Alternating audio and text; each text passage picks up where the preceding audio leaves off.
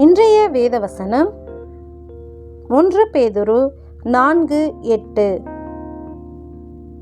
எல்லாவற்றிற்கும் மேலாக ஒருவரில் ஒருவர் ஊக்கமான அன்புள்ளவர்களாய் இருங்கள்.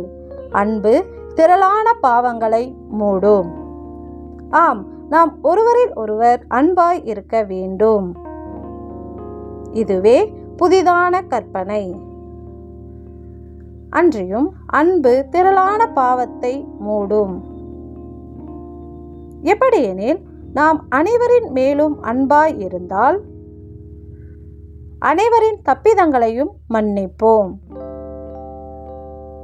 நீங்கள் மற்றவர்களை தீர்க்கிற தீர்ப்பின்படியே நீங்களும் தீர்க்கப்படுவீர்கள் என்ற வார்த்தையின்படி நாம் மற்றவர்களை மன்னிக்கிறவர்களாய் இருந்தால் நம்முடைய பாவங்கள் கிறிஸ்துவால் மன்னிக்கப்படும். எனவே ஊக்கமான அன்போடு அனைவரிடமும் பழகுவோம்.